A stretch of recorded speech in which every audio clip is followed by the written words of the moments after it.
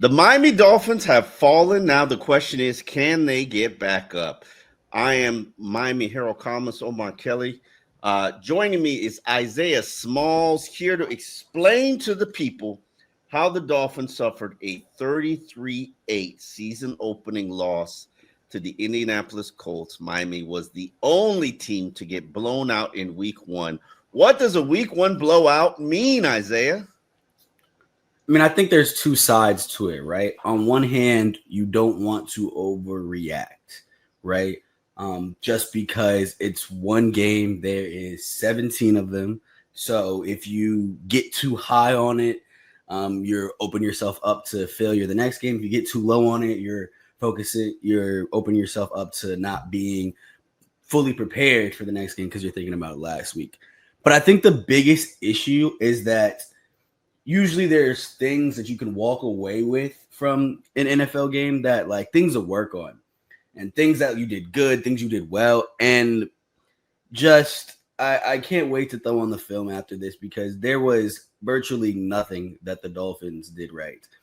I'm pretty sure they got outplayed down from the quarterback position in Tua Tagovailoa down to the water boy. The water boys was giving water to the Colts better than the Dolphins water boys was giving water because I've just never seen.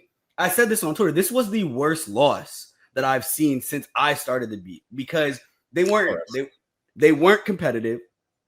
They got smacked in the mouth and basically said, "Oh, okay, I'll take another one." Like, yeah, keep going. They turned the ball over a bunch.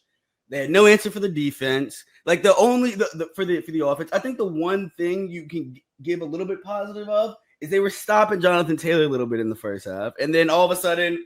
But once I saw what they were doing, which was one, like they're going to put these play action passes out there for the threat of Jonathan Taylor. And then when we actually, you know what I'm saying, we build a lead up, then we're going to just keep handing it off to the back. And then that's when we're going to wear down on you. It was one of the worst losses I've ever seen. I'm not trying to overreact. I just don't know what they're going to do for week 2. I don't know what they're gonna do for 2 games in 11 days, man. Like, I mean, you got to go back to the drama. You got to do something, right? But what are you going to do when you look at this loss, Omar? What is something positive other than Devon Achane? I will say that Devon Achane played pretty well. I loved his touchdown catch because I mean he willed himself for that touchdown. Like there was when he caught that pass, I was like, oh well. They ain't going nowhere, and he willed himself to that touchdown. So shout out to you, Devon. But other than that, it was embarrassing. Embarrassing.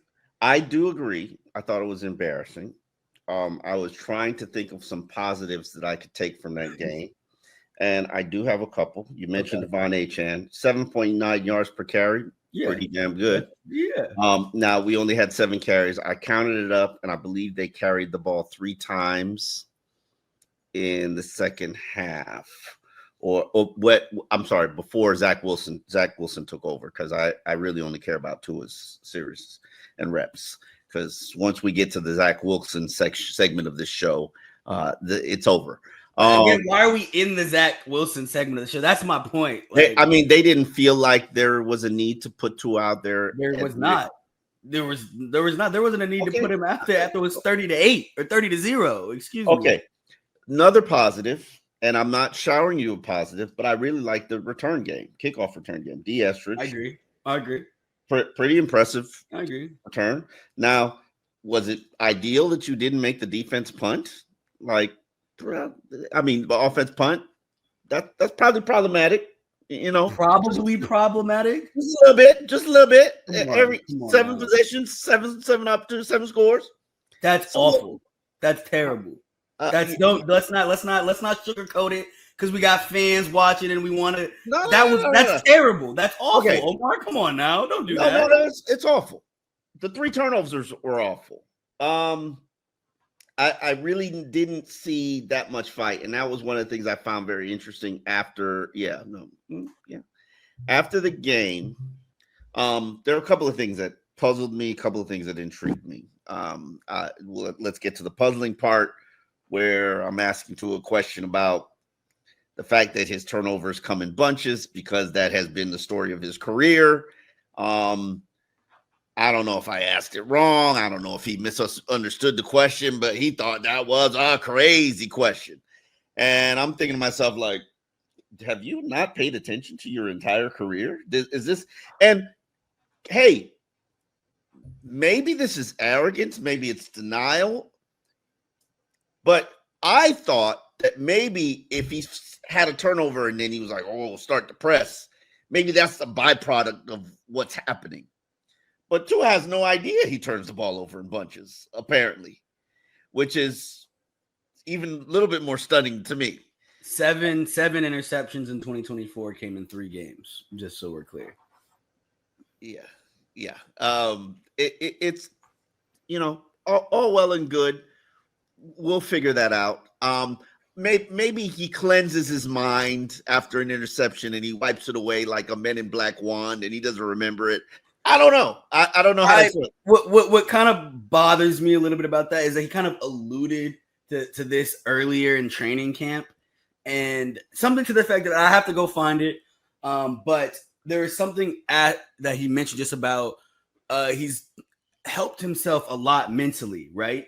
And I think it was during training camp. It was I remember him I forget who interviewed him, but it was actually him sitting in the room. He didn't tell us it. It was him sitting in a room with 2 other people. I forget. I can see the clip of him in my head because he had his hair up. But he basically talked about like the mental work that he did with trying to pull himself out of the funk, because it looked like, and we've talked about it before, that when Tua throws these interceptions, right, sometimes he gets in a funk and then it just gets worse, right? Yes. And Mike McDaniel has, in fact, addressed it as well. It's like they try to keep Tua out of that area because when he starts pressing, it just snowballs and gets worse. Exactly. And so he spoke to it. And what I, at the time when I saw the clip, I was like, oh, like he actually is cognizant of this. Oh, he's going to actually improve at this. And then here we are, week 1, and like, you what do are you the talking same about? thing. Yeah, what are you talking about? That's crazy. So I was puzzled. I was confused. But we're here. We are. That should be my slogan for 2025. I always let my slogans come naturally and organically. We are here. This is where we are.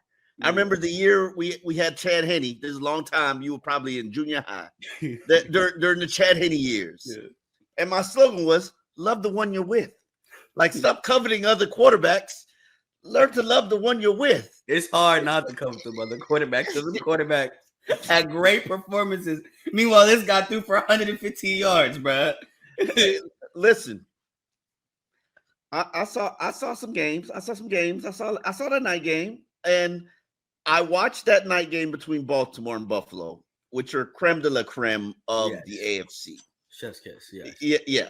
Like, it's you got to see them. You got to see both those teams. Yeah, and I thought to myself, the team that I'm covering cannot even pretend like they can compete with these 2 teams. No. And I'm not just saying that based on what I saw against the Colts, because for all we know, and we don't know this, for all we know, Daniel Jones might be this year's Sam Darnold. And maybe it was horrible coaching, bad situation. For all we know, the Indianapolis Colts got the best offensive line in the NFL. Because to me, in my mind, that's the only way you can explain the whole 5 hours that Daniel Jones had to pass the ball. Yeah, he had all day back there. Oh, my God. Oh, my God. For all we know, James Daniel was a very important cog to the offensive line. He goes out in 3 plays. What I keep telling you about these backup offensive linemen, it's a slippery slope. You're only going to be as good as your weakest link. And right now, your weakest link is Keon Smith. Not to say I'm hating on Keon Smith, because I do see hints of talent that I want to develop. But is he ready to be a starter right now? I told y'all before this season, you're going to be praying for Liam Eichenberg to come back. Here you are, week 1. Yeah, mock him, You know who he is. But Liam Eikenberry is better than every single backup on that team right now. And we're here, okay? My biggest concern that comes from that game, outside of you making Daniel Jones look like he's headed to another Pro Bowl, is the cornerback coverage. And I'm not going to throw shade on the Colts receivers. I'm not going to throw, and it wasn't just the cornerback coverage; it was everybody's coverage because Tyler Warren got off too. And now I'm really starting to second guess myself on how important was a defensive tackle again. Could we have gotten by with Jordan Phillips and Tyler Warren? Look, man, I don't want to say I told you so. I mean, but it was nice. It was nice. I like it. Come on, it was nice. He like that. Nice. He is like that. You know, mistakes get made. You know what I'm saying? But I like the fact that they contained the run, but they put a lot of effort into containing the run, and everybody was open. Everybody was open. Every play, everybody was open. Yeah. And that's what led to Daniel Jones having 115.9 passer rating. Now, the question I have, Isaiah, is how do you fix this? Because, like you said, this is week 1. Let's not have an overreaction. Yeah. But we know what happens if this repeats itself in week 2, right? We do know what conversations. Happens. We gotta start having. I don't know if we starting conversations. We not starting conversations. If this repeats itself in week 2, and we have a team that plays sloppy ball, lackluster, looks unprepared. Wait, let's just pause there for a second. That was the part that really bothered me. They did not look like they prepared. They you never want to question a team's preparation because they spend so many hours at that facility, and I'm not trying to say that they weren't prepared, but just to the average fan, if we did not cover the team and we watched that game, you're going to say, "What is going on here?"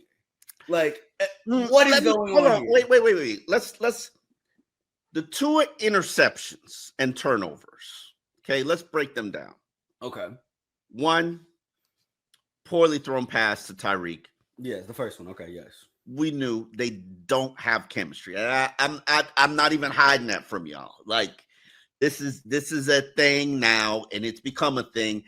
But to me, even more problematic is Tyreek was spotted grimacing a lot during the game, and then he got his head smashed on after catch and had to go get a concussion test. And I'm a little worried about Tyreek from a health standpoint. Now, Tyreek is a soldier. He played all last season with a broken wrist. He gonna play, but is he gonna be Tyreek Hill? So first pass, high pass, Tua said, I should have came off that read. My footwork told me come off that read and go to Waddle. He didn't do that. He learned from this mistake. The second one, he's trying to bullet it in. He tried to bullet it in, and the linebacker dropped in coverage. And then we get to the fumble, which is obviously somebody, whether it would have been Aaron Brewer or Tua Tagovailoa, did not slide the protection. And maybe Tanner Connor should have stayed in instead of running his route. We don't know the mistake that was made to the blitzing player on the right side. Austin Jackson clearly was a step slow trying to cover a cornerback blitzing. That's not an ideal spot to be in. But Tua took a blindside hit that, he took some physical hits. He survived. But that wasn't the fumble though. The fumble was him running was him trying to escape and then him getting hit from the left side.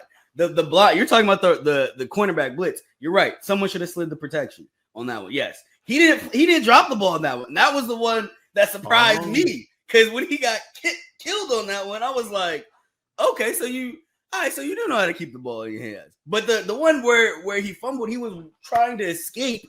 And that's why I can't wait to throw in the film, because I'm trying to see who was the pressure. If it looked like he was escaping, he was running the right, so it must have been the pressure from the left side, which is Yeah, I and can't. I don't remember that Valley play, but Night. I'm gonna look at it again. Yeah. But you're right. You're right. I'm mixing up my Tua sacks.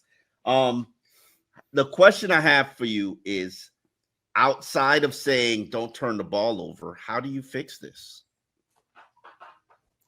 To me, it's about really establishing the run, right? And I think We've been saying that for like 2 months. I hear you.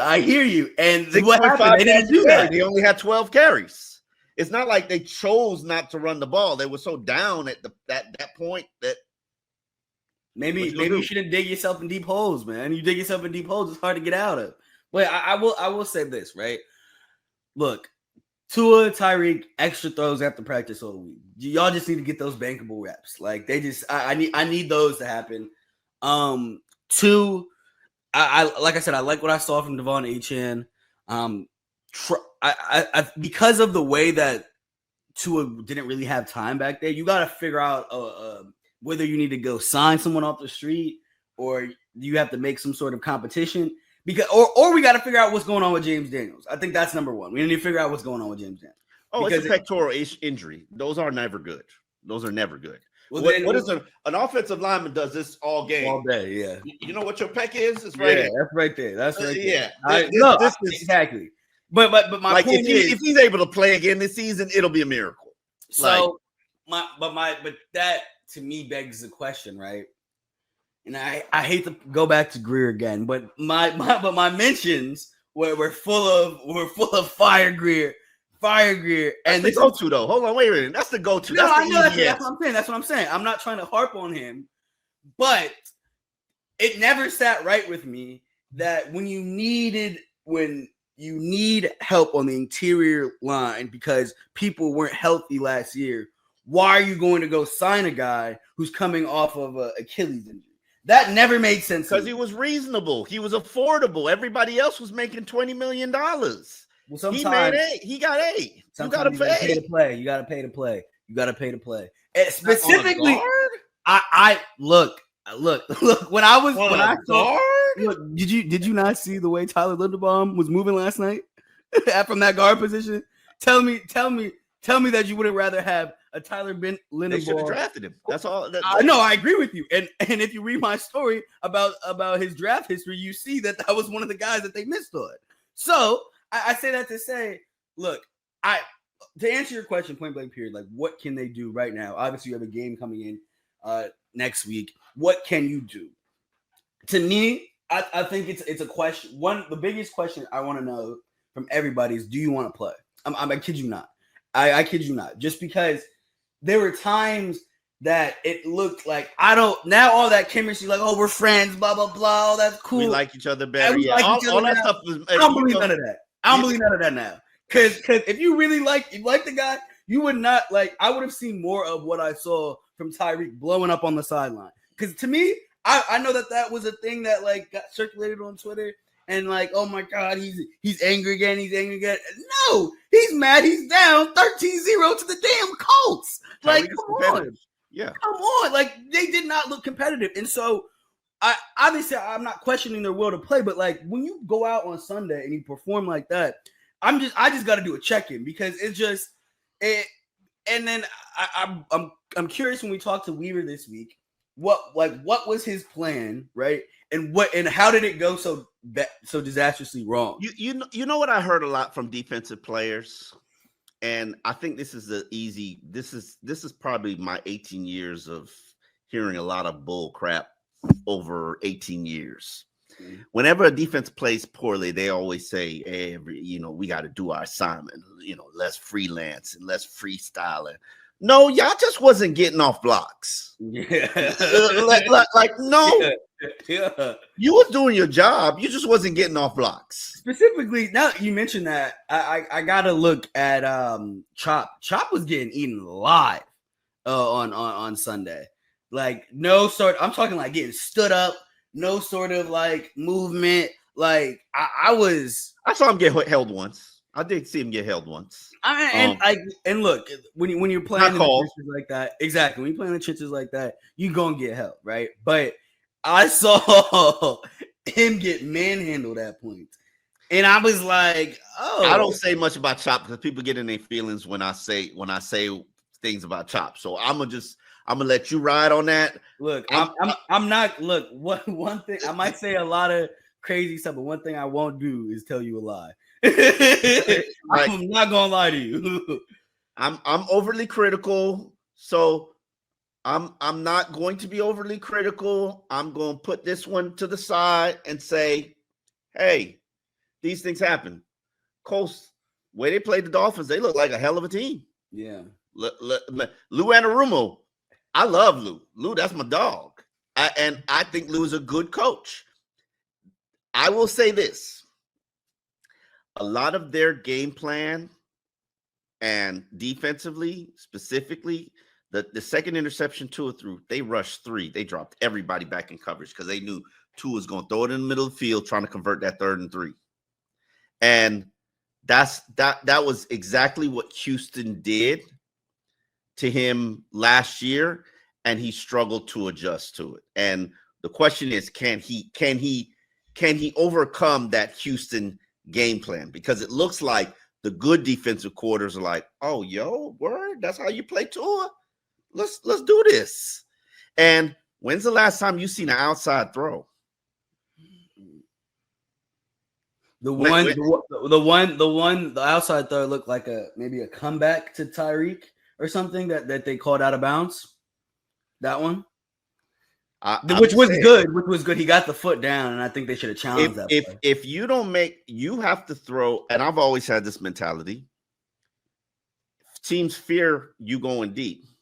Mm-hmm. Well, if you're not throwing deep, just to say we still doing it, mm-hmm. Why should they fear it? And I know, and people are gonna say, oh, you believe too much in Xavier Howard and whatever. Xavier's a very smart football mind. That's how he's got all them interceptions in his career. Xavier knows to his game intimately. He knows what he can do and what he can't do. And him and Lou are close, which is why when he got there, he immediately became the starter. Because he's Xavier Howard. Mm-hmm.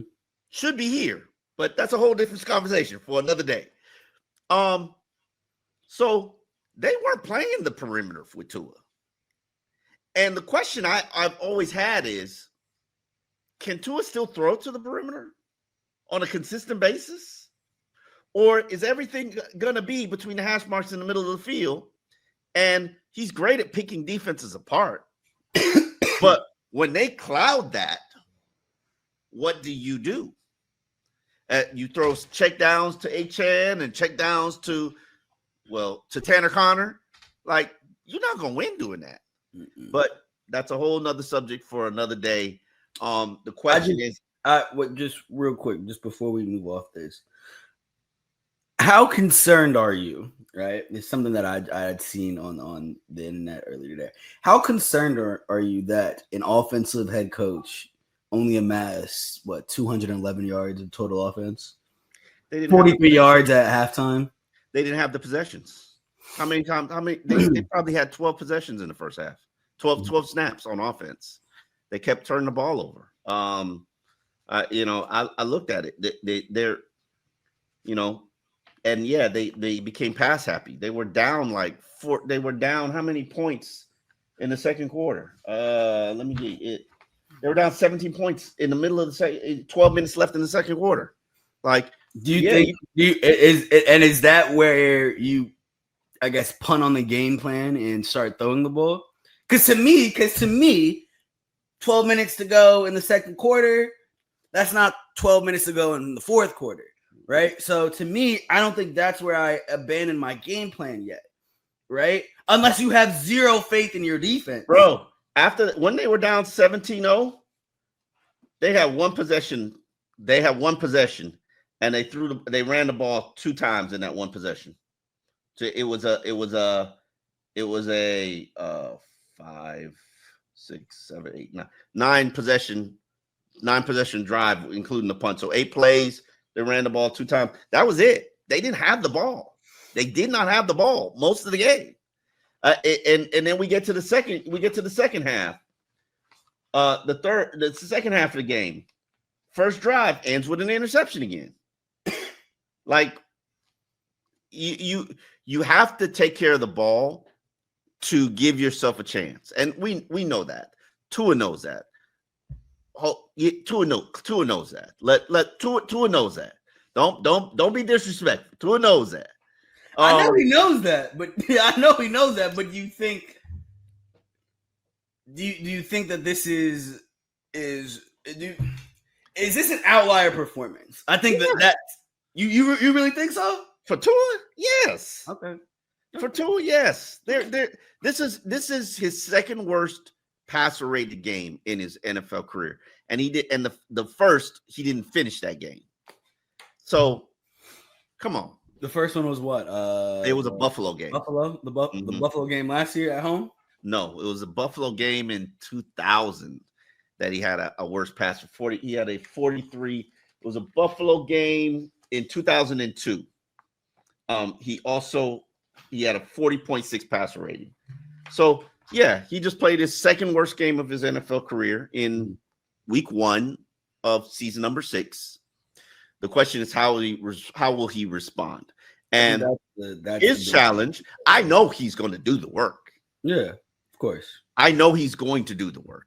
And he said a comment that I really found very telling.